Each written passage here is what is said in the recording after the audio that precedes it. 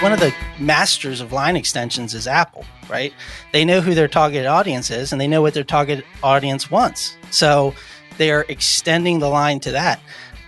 That is at the core of this massive debacle and train wreck for Zillow.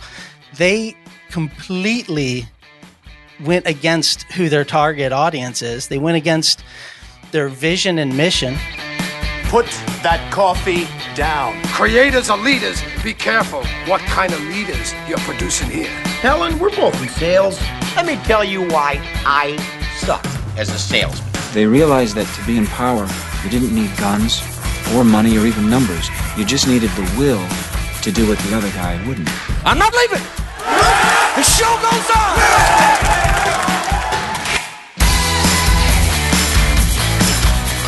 Well, hello there, friend. Welcome to the Construction Leadership Podcast, where we deliver ideas and insights from leaders across the construction industry every single week to help you lead more effectively.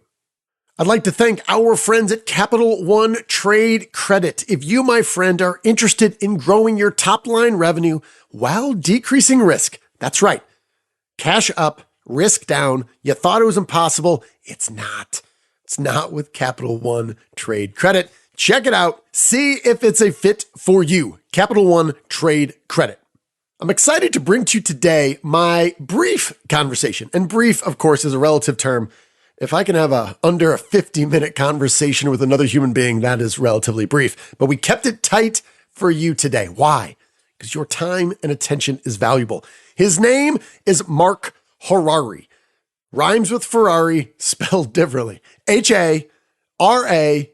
Harari. Mark Harari. Anyway, he's a vice president at Remodelers Advantage that specializes in, that's right, the remodeling community. He's a co-host with a wonderful human being named Victoria of the podcast Power Tips Unscripted, which is a podcast focusing on the remodeling community.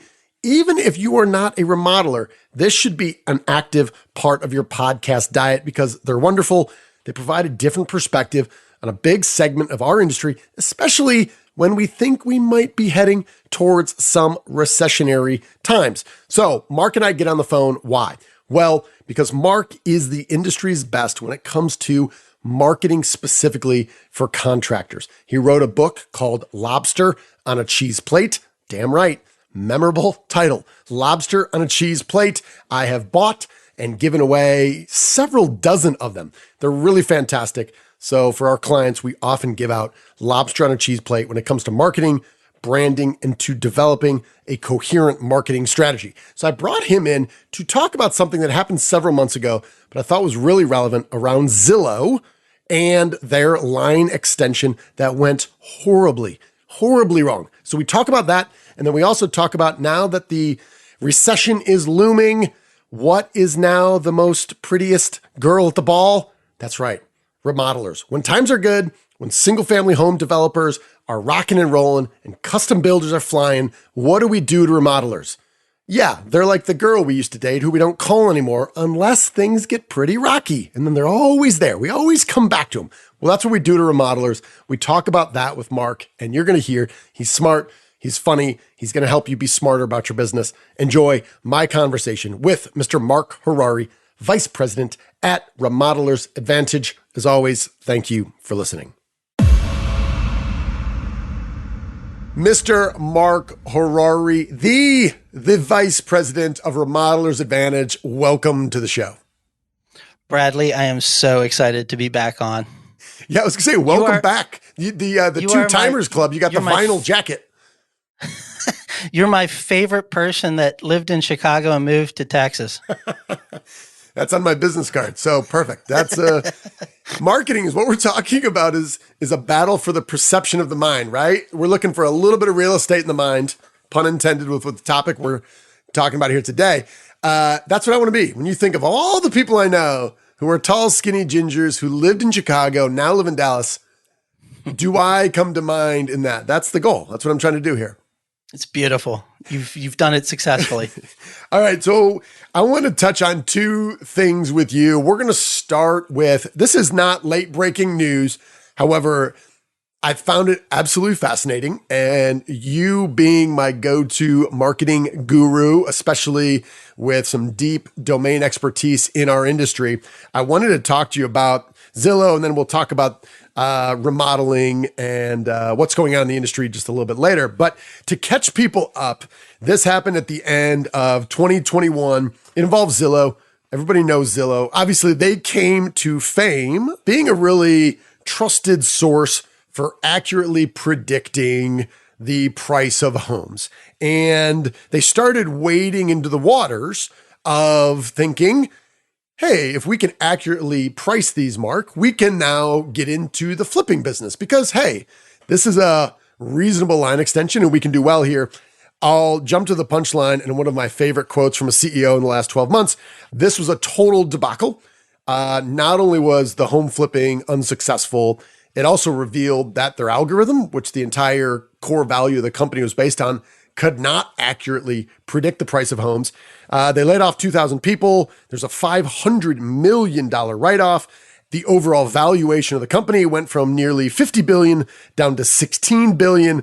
And the CEO was quoted saying, "Our observed error rate has been far more volatile than we ever expected and makes us look far more like a leveraged housing trader than a market maker we set out to be." In other words, Mark, the observed error rate is how many times we totally screw up and lose money. This is just a classic case of line extension, and maybe give us some context about what a line extension is and why it's so risky for brands. Well, that's a great question. Well, line extensions in and of themselves aren't risky at all because you should do it with strategic intent, and you should know if you're focused on your target and your market and what they want and need. A true one of the masters of line extensions is Apple, right? They know who their target audience is and they know what their target audience wants. So they are extending the line to that. That is at the core of this massive debacle and train wreck for Zillow. They completely went against who their target audience is. They went against their vision and mission, which, so here's the funniest thing. So Bradley, you reached out to me, I think 2 days ago saying, hey, I want to talk to you about the Zillow thing. And cards on the table, full transparency. I wasn't even fully aware of this whole thing. So I had to read the article you sent me as the catalyst that brought it up for you. So I read it and I'm looking into it and I thought, okay. And then I did a little digging, like 20 minutes worth of digging, and it just jumped out like a sore thumb. The core of every business is the three statements that your business is built on. It's your mission statement, your vision statement, and then your positioning statement. Forget about the positioning statement for a minute, because that's the thing that I like to hound on. But I think everybody's got vision and mission, right? So I did a little looking, and I look into what's Zillow's mission statement. Love it. And their mission. So mission, actually, let me step back if I could. Your mission statement should be what your company does. It's why you exist today, right? It's your purpose for existing. And then your vision is what you aspire to be, where you're going in the future. These are two critical statements for any business. Whether you have one employee, it's you, or 100,000, it doesn't matter, right? You need to have these things. They're your North Star. So I go in and I look at Zillow's mission statement. It's to help people safely unlock life's next chapter. Okay. So, and it makes sense, right? They're helping you price houses with full transparency. You're getting all the details. That all fits. How in the world does Zillow scooping up houses on the market, marking them up, and then reselling them to people align with that mission? It's non-existent. They might as well have just decided to start doing lingerie, right? What is that? It's completely devoid of what the mission, the purpose of this company is. So it's no question to me, aside from the fact that their algorithm, even if their algorithm was successful and they were successfully predicting houses that were valuable, I think this would have happened in 3 or 4 years anyway. Because what all you're doing is you're undercutting your target, you're undercutting your audience, and it would have come out anyway, right? Their algorithm failed them, but in my opinion, that's lucky for them. They were able to get out early because they were ruining what their company's built on, and that's supposed to be helping people. So it's no doubt to me. And the worst part too, I looked actually for 40 minutes. I could not find a vision statement for Zillow anywhere I searched. If anybody else can do it, please email it to me because I couldn't find one. And for a company, it kind of goes a little bit to the arrogance of when you start to get to, $2 billion a quarter and stuff. Well, normal business practices don't apply to us. We can do what we want. How do you not have a vision statement? So that was the biggest thing that stood out to me. Google is probably the best at it. I mean, Google's mission statement is to organize the world's information and make it universally accessible. That's why they exist. Does that resonate with you? Does that sound like that's what they do? Yeah, my immediate thought was, yeah, obviously you've got the search engine and then you have Gmail as well. And both of those are like, yeah, no, that fits. And I use both of them daily. So sure. And then Google's vision, that's what they aspire to be, to provide access to the world's information in one click. That's what they aspire to be. So talk about a beautifully written vision for the company. The company currently provides all the information at your fingertips, and their vision is to one day, you don't even get a search results page. You ask the question and it sends you to the right website. Not even a search result for you to do. That's their vision. Will they ever achieve it? Maybe, maybe not, but that's what they aspire to be. And the thing about a vision and a mission is that guides every business decision you make. If you're going to buy out a company, if you're going to acquire something, if you're going to add a new product line, the question is this true to our mission? And is it taking us closer to the vision of our company? If Zillow had a vision, but even if they don't, their line extension did not align with their mission. So it was doomed to fail regardless of this algorithm issue. Yeah. And I think your comment on, the Zillow lingerie or the Zillow dog houses, like whatever wouldn't make any sense. What I always think about is, all right, what's the worst case scenario? If what we're going to try to do to grow the business, if that were to fail, will that negatively impact what our core business is? And the thing I find fascinating about Zillow is that if this thing failed, it would prove that they cannot accurately predict the prices of homes, which is the core business. So you go and have a reach here and reading into the story, and we'll probably get more into the weeds here, but their problem was they were mispricing them so badly. They were buying up all these houses, which generated way too much money. And then all of a sudden, they were kind of slaves to this kind of short-term, quarter-to-quarter thinking that goes with publicly traded companies. And now they had to figure out, well, we're making too much money. Everyone's expecting this. Now what do we do? Well, now we got to double down. We got to double down. Right. And then you're just in this cycle. It's just kind of fascinating. But as we think about these publicly traded companies and how they have mandates to grow, and I won't go on my soapbox, but this idea of that all we're there to do is to enhance stakeholder value, shareholder value, which I think is BS. But anyway, that's part of it. You look at, it's like Builders First Source. If they go from kind of supplying builders to then flipping houses, now you're competing against your customers. And if it doesn't work out, you're going to ruin your reputation. And I think, Mark, as you look at like USLBM and Kodiak and all these other big companies that are private now, but are going to go public, what are the expectations about how they continue their growth? And the line extension is one that obviously comes up, but it's fraught with risk. It's 100% fraught with it.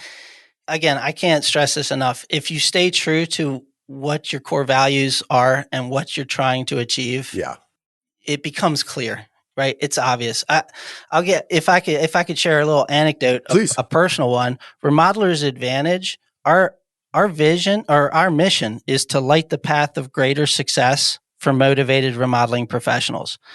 And those words, every one of those words are very explicit. To light the path. That means we don't do it for you. We consult you. You have to do it yourself, right? We light the path to your success, but you have to do it, right? Greater success, because a lot of remodelers come to us, they're already successful. So we want them to get greater success. And motivated remodeling professionals, because if obviously you have to do it yourself. But that is our mission. So 4 years ago, I wrote a marketing book. I'm heavy into marketing. I do all kinds of marketing classes and such. And we found that so many of our members are like absorbing this information from me, and then they're going off and hiring marketing agencies. So here's a line extension, right?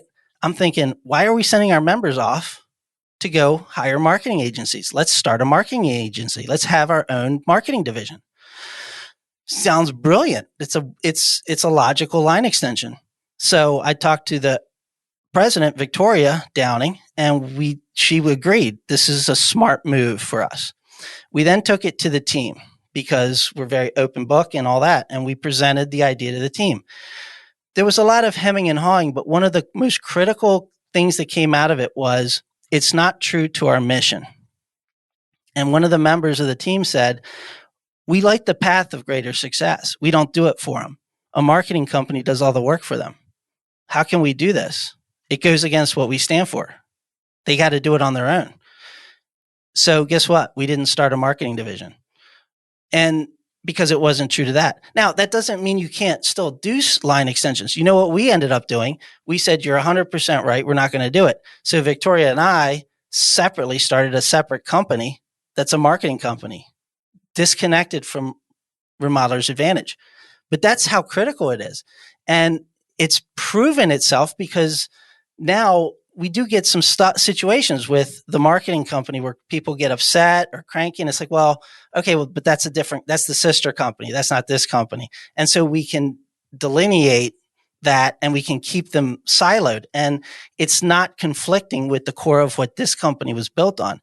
And if a $5 million company is doing that, a $5 billion company should be doing it too, right? And that's just one example. Even Google, again, going back to Google, as you know, recently, well, I don't even know if it's recent anymore. I guess it depends on your timeline relative to the dinosaurs. But Google, it's not Google. They created the parent company, Alphabet. Yes. Right? And you know why they did it at the core? It's because of this mission statement dilemma. Google wants to buy stuff. They want to grow, but it didn't align with that mission of organizing the information of the world. If you look up Alphabet's mission statement, it's to empower great entrepreneurs and help companies flourish. Which now that's just a company that buys up companies and all that stuff. Everything aligns for them. So staying true to your vision, staying true to your mission is at the core of this. It always will be. Yeah. And as you're talking there, Mark, I'm just think about Google, you think about Apple, you think about Zillow. As you grow, you have that mandate to continuously grow and grow more and increase profits forever. And inevitably that has someone says, hey, what we should try to do is we should try to send up a satellite and mine copper off a flying asteroid. And they're like, this is a moonshot. Let's do it for Google. And you're like, what info are you organizing? And they're like, no. This is going to help us make $1 trillion in 30 years. And they're like, how do we do both? Right. And I think for them, it was number one, they got to get off their normal balance sheet. It freaks people out, especially when things get tight, but they have to rebrand. You have to segment so you don't lose, again, this perception in the mind that you've earned over years to get. And I'm as you're talking about that, we've had several of our clients or friends in the industry, 7 specifically over the last 10 days, have reached out to us about asking us to do a roundtable. And there's some folks who are leading those that have some blatant conflicts of interest. These guys are like, we're out. Can you do this for us? And we've been having the same sort of conversation about, is this just something because we want to help the people that we really like, or do we think we can really be better or different at it? But it's along these same lines. So I love that light the path, greater success, motivated remodelers, and you breaking that down, I think is really, really helpful. Yeah, good. I'm glad because it's true. I really feel Zillow, even if their algorithm was working, it wouldn't have made a difference eventually. Yeah. That's the worst part. Bradley, who do you think I'm going to put you on the spot. Sure. I'm going to quiz you. Great. Who do you think Zillow's target market is? Well, I would have answered this differently if I wasn't studying up, so I sound intelligent in a conversation with you, Mark. But I mean, where they make their money, it's the real estate agents and selling their, $30,000 to $40,000 packages, right? That's who it is. Right. Now, I would have, prior to reading this, I would say, I don't know. It's like, I don't know, me, my wife, and all the people that homeowners, are like, right? Has my home really quadrupled in value? I got to check out Zillow. I don't know. Right. The homeowners are the inventory. Yes. That's their inventory. Yes. And the real estate agents are their customers. And so another thing, right? You're basically undercutting your core customers. Correct. With this. I mean, instead of they're buying out the houses from under them. It's a train wreck. I can't even stress enough. It blows my mind that a company this size, somebody didn't pick up on, hey, we're not doing this right. Yeah, and I will use that phrase.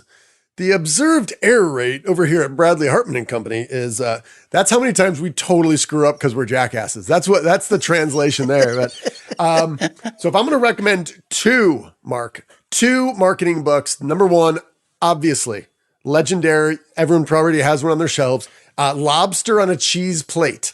I had you on the pod talking about it. I did really enjoy that. We both love movies, and you tell great stories and short prose, which I really value. The other one, the second one, is this one here. It's called The 22 Immutable Laws of Marketing. Your two books in combination, like pound for pound, a ton of value. And this one's like 125 pages. But I'm going to read just this quick section here as we wrap up. But it says, Chapter 12, The Law of the Line Extension. There's an irresistible pressure to extend the equity of the brand. By far, the most violated law in our book is the law of line extension. What's even more diabolical is that line extension is a process that takes place continuously with almost no conscious effort on the part of the corporation. It's like a closet or a desk drawer that fills up with almost no effort on your part. Let's wrap this up, Mark. Any parting thoughts on the line extension here? I couldn't agree more. I think it's a very smart business tactic if it's done deliberately and with some thought. But as you just quoted from the book, it's rarely done that way. It's done as a offhand thing, like, hey, this is a logical next step. Let's do it. And all you end up doing, even if you're successful in putting it off, you could take your eye off the core of your business, right? And now you've got your core product and core customers getting frustrated. So I think it's a brilliant tactic if it's done correctly. Yeah. So let's switch gears here a little bit. Watching the time, and again, appreciate you making time to join me here. It's always fun. We had talked about when we had connected on the show, and we're talking about your book, Lobster on a Cheese Plate, in that remodelers sometimes as a group in aggregate are kind of like, the girlfriend or boyfriend that's kind of always there. You can rely on them, and maybe you go to the bar and have a few too many beers and there's a recent breakup and you give her a call and you're like, hey, what you doing? And because they're always there, they're always going to be there. And when times are good and residential building is going crazy, everyone kind of moves away from the remodelers because of, I think, the unique expertise and the challenges that come with remodeling. But when recessions loom, there she is. There's the call. Be like, hey, baby, how you doing? What you up to? Haven't talked in a while. How do remodelers view this time? Because we've had this call with a couple of our clients, and they're starting to think about, hey, do we need to diversify? How do we protect ourselves against a recession? Remember those remodelers we used to talk to a few years ago? Give me the perspective of what's going on currently with remodelers, as I think they're really successful over the last couple of years, but even more so as we see interest rates rise. Yeah. Generally speaking, it pisses remodelers off. I get it. It is. They know it too. They know they're the favorite person that everybody's talking to when the economy's slowing and housing starts to slow and all that stuff. And then the housing market booms and they can't get anybody on the phone. They can't get responses to their bid requests. Their orders are late and they're trying to track it down. And there's a very visceral and tangible result to that. And I see it. Our membership communicates all the time, and I see the messages about frustrations on that. I don't know how it's fixed because I totally get it. I mean, who doesn't want to get an entire, 64 units, trust packages and all that stuff? That's golden. Let's go get that. The remodelers. And the biggest issue with the remodeler is that depending on the project, you could get 25 windows or you could get 2, right? Who knows? So it's so up and down with what a remodeler is going to need from the supplier. I can totally appreciate it, but stepping away from that, it definitely has an impact and it's frustrating to a lot. So they do tend to want to not be getting the worst thing that a remodeler is going to hear is pricing issues. Like they want to get the best prices and they want to whatever, because it's a frustrating thing. There's some things I've read that I can't even repeat right now. Yeah, well, and what we've encouraged our clients to do, a few of them that have floated the idea and they're like, well, times are pretty damn good. Let's just keep rolling and we'll deal with that when we have to deal with it. But they have successfully developed different compensation models. They've, in a couple cases, found folks who used to be remodelers and made them specific remodeling salespeople. And the idea being, we want to serve this sector of our community because we have an expertise with it and we want to help them in good times and bad, i.e. residential is going crazy on single family or multifamily, but we want to build this book of business, but it has to have a different compensation model and you have to have a different mindset because you're right. If I'm the same salesperson, if I'm trying to service DR Horton and then I turn around and this guy's like, I need 12 clear 2x6s and 1 window and whatever. 100%. It's easy for me to figure out where my limited amount of time can go. But if my bread and butter is building these relationships long-term, it doesn't matter what's happening in the economy because there's always room for remodeling and that business can help diversify it. So maybe you can help us here for any listeners that are like grimacing right now. And they're like, they're totally talking about us. And P.S. yes, we are. How would you advise them to go about rebuilding some of these relationships with remodelers when everybody knows exactly what they're doing? It really boils down to just being consistent and true. So if housing's blowing up and you land some big account or some big contract, you can't suddenly start ignoring these accounts that are, let's be honest, for the most part, remodeling is always going to be pretty stable. People need it. People are always going to need it. And regardless of what the economy is doing, of course, remodeling goes through the ebbs and flows as well, but not as dramatic as new construction. And so just treat it with that respect and don't forget that, nobody wants to feel like you said, that girl that's kind of the go-to when the bar empties out and you didn't hit it. Right. So let's just keep them always on an even keel. And I think that'll go a million miles, man. I mean, I think it's brilliant if there's some organizations out there that have someone dedicated to that industry as opposed to just a sales force that's out there just trying to make wherever they can get it. Yep. I think that's a smart tactic because you've got somebody focused on it. Mm-hmm. And that's all anybody wants, right? I mean, anyone listening, you, Bradley, all we want is to get the respect and customer service we deserve. So if you have somebody that's focused on it, you'll have a customer for life. But you just got to be careful not jumping when, oh my God, it's booming. Let's forget about that guy. It's just I got a $40,000 trust package 3 days a week. Woohoo! Yeah. Well, and we know it's a cyclical industry, so we shouldn't be surprised we're here. And that's where I feel like this inevitable recession, and although there's a lot of capital on the sidelines, there's a lot of folks that have dry powder, it's going to be different. It feels different. And right now, a lot of folks have really strong backlogs. And what I'm encouraging our listeners to do is, if you have allowed those relationships to fray a little bit or ignore them, now is the time to start that when, quite frankly, you got a lot of residential work on single family and multifamily. Start building those relationships now. So at least you get your apology in up front and you start rebuilding it versus saying, oh my gosh, we're down 30%. Where are we going to make it up? oh, we should talk to Ronnie the Remodeler and start that up again.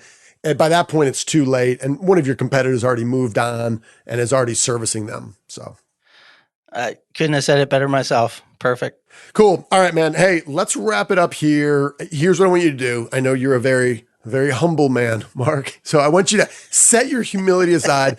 I want to make it very obvious where people can buy your book, Lobster on a Cheese Plate, which I would strongly recommend to a friend. Everyone should have that on their shelf. And also maybe where they can learn more about you and Remodelers Advantage. I appreciate that. So Lobster on a Cheese Plate is on Amazon. It's available Kindle, hardcover, softcover, Audible, whatever. So just head over to Amazon and grab it. And Remodelers Advantage is at remodelersadvantage.com. You can learn more about us there. Our entire mission, our entire goal, everything is about just helping remodelers be more successful. And the majority of our members, we've had so many members, they come in, you got to be $1 million company to join Roundtables, which is our peer group organization. Mm-hmm. And, they grow exponentially because of their experience with us. So I feel like we're also a great fit for all your listeners out there because we're helping these guys get bigger, on average from $1 million, in a few years, they're pulling in 3, 4, 5 million, so they're growing. We don't teach them how to flash a window. We're teaching them how to run the business, how to be smart business people. So if you want to learn more about Remodelers Advantage, remodelersadvantage.com. Very good. And your podcasts. I listen regularly. Give a little shout out to Victoria and let people know where they can find that. Yeah, absolutely. So it's Power Tips Podcast. Power Tips Unscripted is the name of the podcast, but you could probably just search on any of your favorite podcast platforms for Remodelers Advantage or Power Tips Unscripted, and you'll find it. Perfect. All right, man. Well, hey, you're my go-to on all things marketing when I'm struggling to understand things or think through them more deeply. So appreciate your availability. Always good to hear you and see the side of your face. So thank you, Mark Harari. Thanks, man. Appreciate it. Had fun. All right, then, friend, how did that go? If you enjoyed that, just Google Zillow disaster and all sorts of articles will come up. It's worth learning more about. It's a real-time case study of what can really happen when you pursue a path largely for revenue and not thinking about the unintended consequences. If you did enjoy this episode, please share it with your network. Your network looks to people like you to understand where they should invest their limited time and attention, and we appreciate your listenership. And if we could ask for one more favor, those reviews, whether it's on Apple or Stitcher or Spotify or wherever the hell you are listening to this sort of thing, giving us a review on that means more to us than you know. And of course, if you have suggestions to make this better, our goal is to make this the best podcast you listen to. Feel free to email me directly at bradley@bradleyhartmanandco.com if you have suggestions for improvement, for guests, topics, any asking for friend segments. We are here. We're here for you. This is all about you. Let us know how we can help. Speaking of help, nobody helps like the good folks at Capital One Trade Credit. They have a fully customizable platform that makes it easier for your customers to buy from you. Check out Capital One Trade Credit. That's all I got. We're going to close out like we always do with our leadership mantra. You, my friend, you are owed nothing. Deliver value first. Make it a great week.